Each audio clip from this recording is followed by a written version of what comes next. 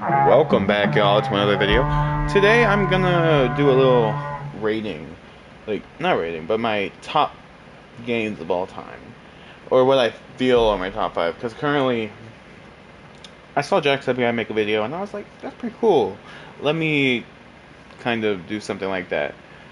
I mean, as a person who's never actually gamed a lot on here yet, like, I've gamed a lot, technically speaking.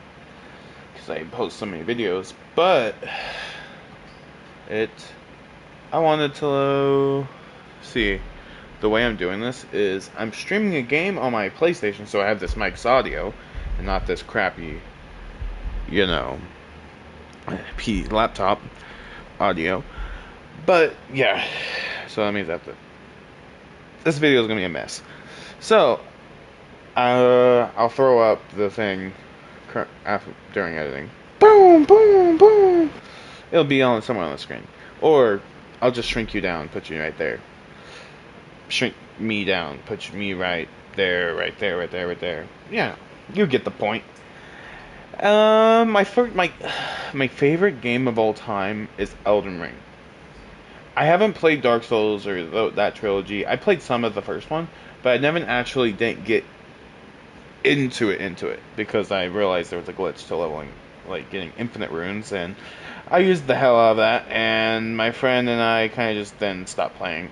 I think we got through the painting, and we did that. So Elden Ring is the first game, my second game. When I really enjoy a game, y'all, I binge that game to the point that one can say I'm no lifing it, but I'm just so dedicated. Elden Ring's the first game where I was like, I put in 300 something hours, maybe just 150. I'm uncertain. I put a ton of hours in, and most games they only get like maybe 50 at most. And if it gets more than 100, it is a great game to me. Elden Ring's lore and world building and build mechanic, like most people went through the whole Rivers of Blood when it first came out because of how OP it was. I decided to big hammer. I got my friend to send me his hammer from his world, and I dual wielded both. It took me many runs to get both to max, but I did it. To me, it was like the most amusing playstyle.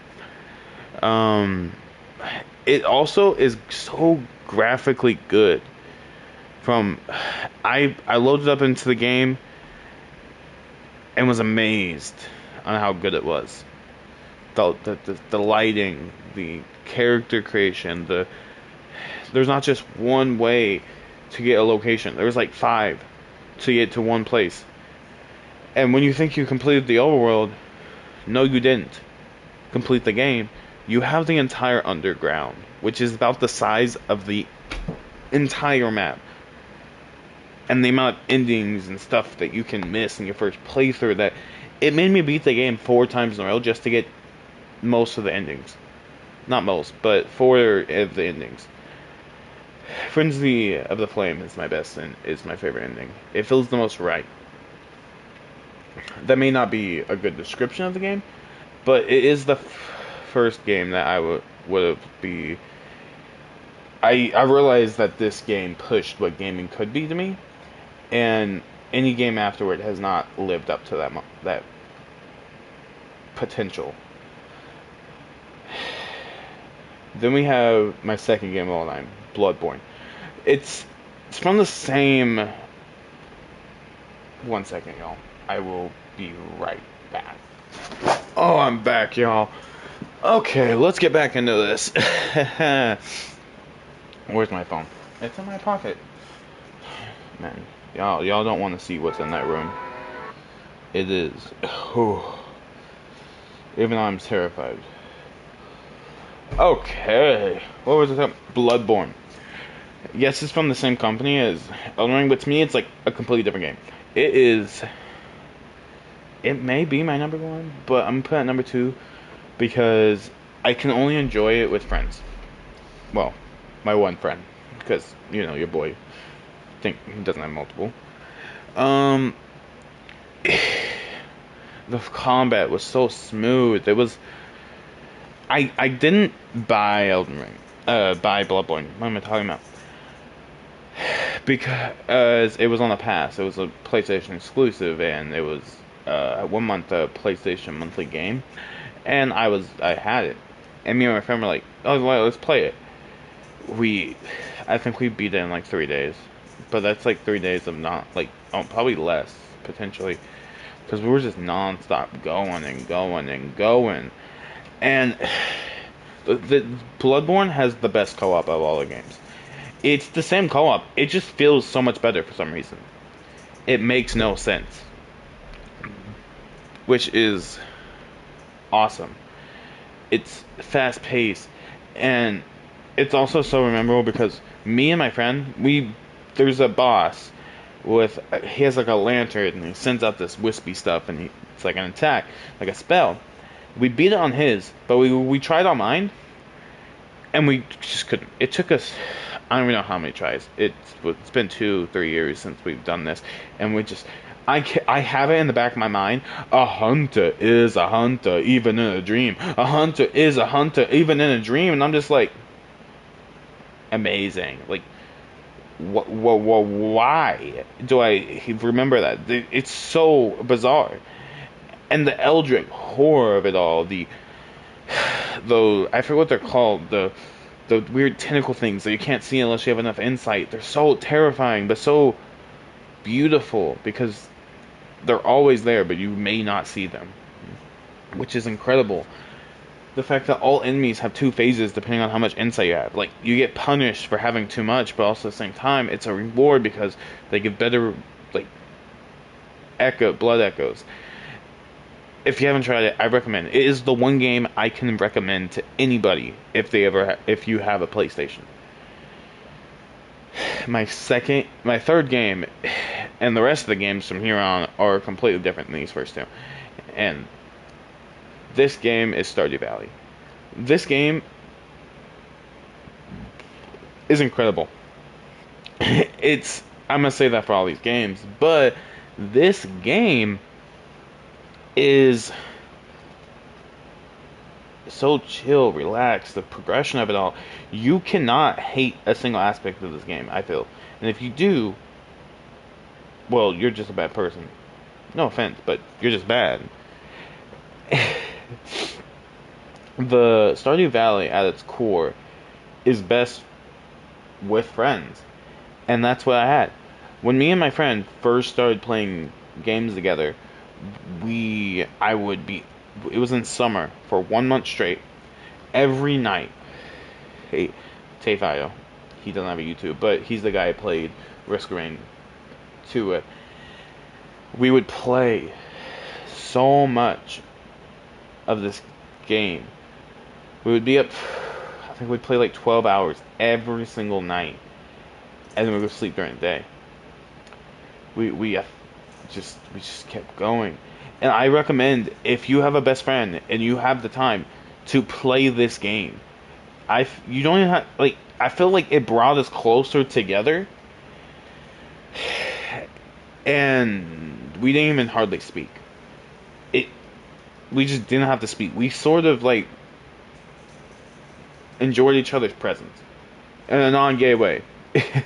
I mean it in the straightest way possible. Even guys, you can be that way with your homies.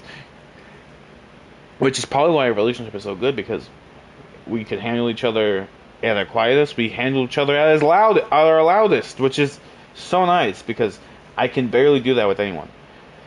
He is the one person I could be like, yeah, he's my best friend. He's been there for 7 years, and I probably wouldn't want to see him not in my life 7 years from now. And Stardew Valley was where it started. Most of these games, to me, aren't gonna like blow me away. Stardew Valley is the best farming sim because you have story, you have goal. It's not the best story, but you have a goal to get to 3. You also get so much progression. And then the creator, he just does not know how to stop coding for the game. He's like, oh, I'm done playing with this. I'm done coding. I'm going to get to Haunted Chocolatier. And me and my friend are waiting for that. And he's like, oh, this is going to be the last update. I'm like, damn, okay. I want Haunted Chocolatier, so I'll wait. I'll let them cook with this game. I'm scrolling. News. Stardew Valley gets another update 8 months after saying the last update. It's like Terraria. They were like, this is the last update. Years later, oh, we get this giant update. Just yeah. Most of these are on here not for gameplay, but for me, as in, they're just great fun times. I didn't want to leave a Nintendo game out because as a kid, your first things are going to be Nintendo. And if you start on the Wii, I think that's a golden first console. I didn't own the console. I would go down to my friends and we would play games. Kirby Return to Dreamland is such a phenomenal Wii game. I think it might be the best Wii game. Besides, like, maybe Mario Brothers or whatever they're called. I forget. But, I don't know, it's so fun and whimsy.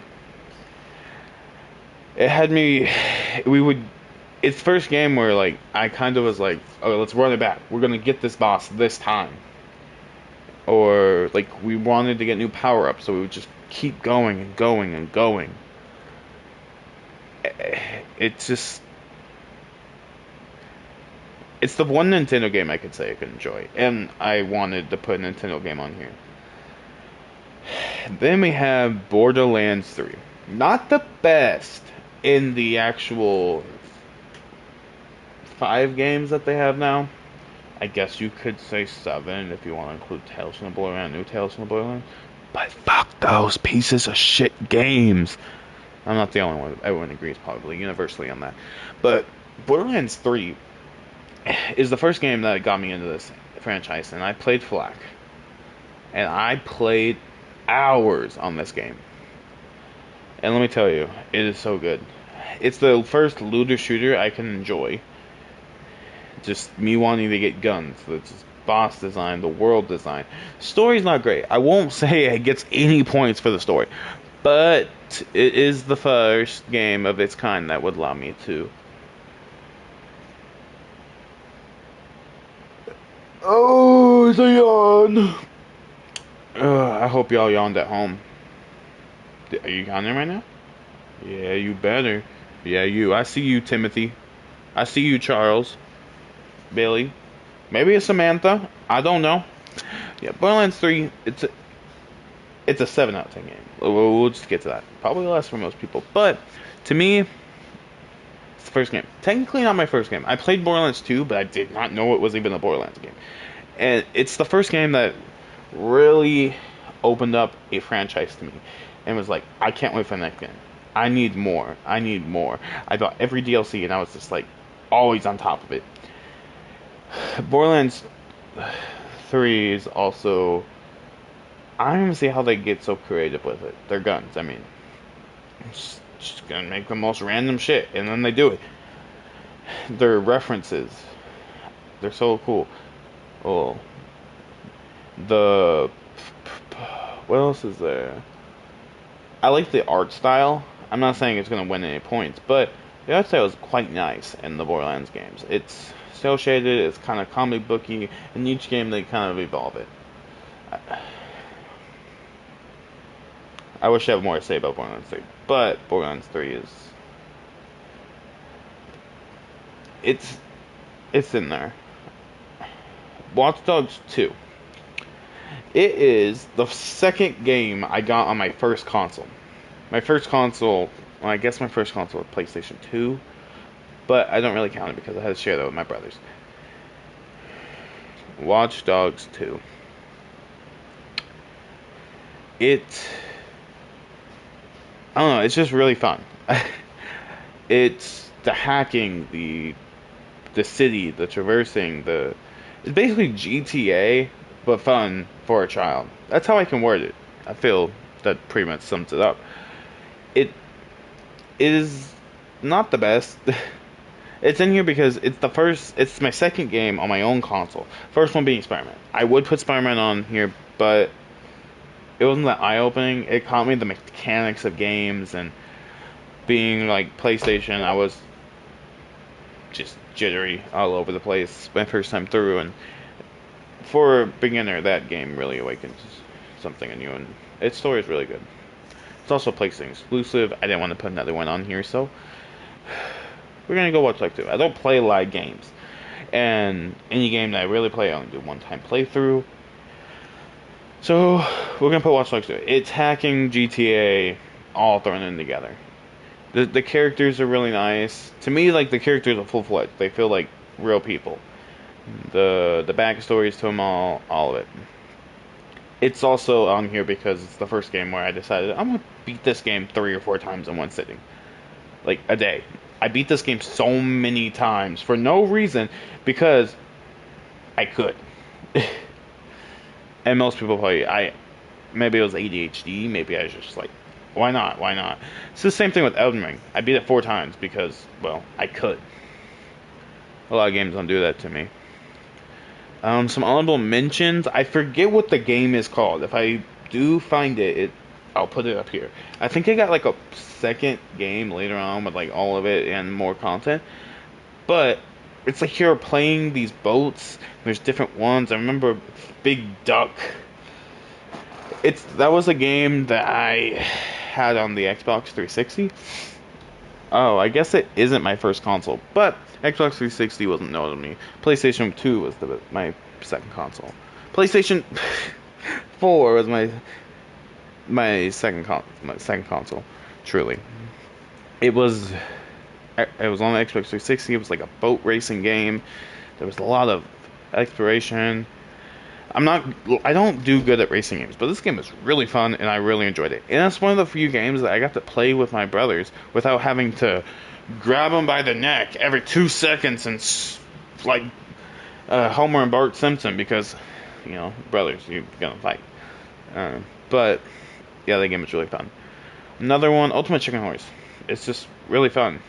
Party game. If you've never played that, you can ruin some friendships, but if you have a good friendship, you'll just make it impossible for your friends, and you'll somehow beat it, and they'll be like, "Whoa, what the hell? How'd you do that?" I made like a death trap game mode on there, and basically means you have no dynamite any place. Yeah, it just becomes all hell, and I love it. Is there any other games? I'm doing this all on top of my head. I don't script anything because I want it to be the most legit, and maybe like, it's not the best explanation. Elden Ring visually showed me like what a game could be. Bloodborne story and co-op showed me how good a co-op game can be with your friends. Stardew Valley, same thing. Co-op at its best. It's chill, it's fun, and it's engaging. That's all a game should be. At the end of the day, Kirby the Dreamland, it was just really fun. It was the first game, and I was like, I'm gonna run it back. I call myself a masochist in some sort of way of mental harm, because I enjoy that feeling of being like, I failed, let me go run it back, and then you beat it, and you get that rush of feeling. You're like, oh my god, I can't believe I just did that. Borderlands 3 was really easy. I didn't really have anything. Watch Dogs 2, I really like the mechanics of hacking and just going through the story, and then eventually you kind of just do it all. Yeah. I hope y'all enjoyed. Like, comment. Tell me your favorite game, worst game. Tell me if my list is terrible. But yeah. Oh, and subscribe. If you enjoyed this video, subscribe and check out my gaming videos I have. I try to post gaming every day. I'm trying to get on a schedule of like one game at a time, but you know, ADHD and potentially just not the drive for a game currently. So yeah, I hope you enjoyed. Bye bye.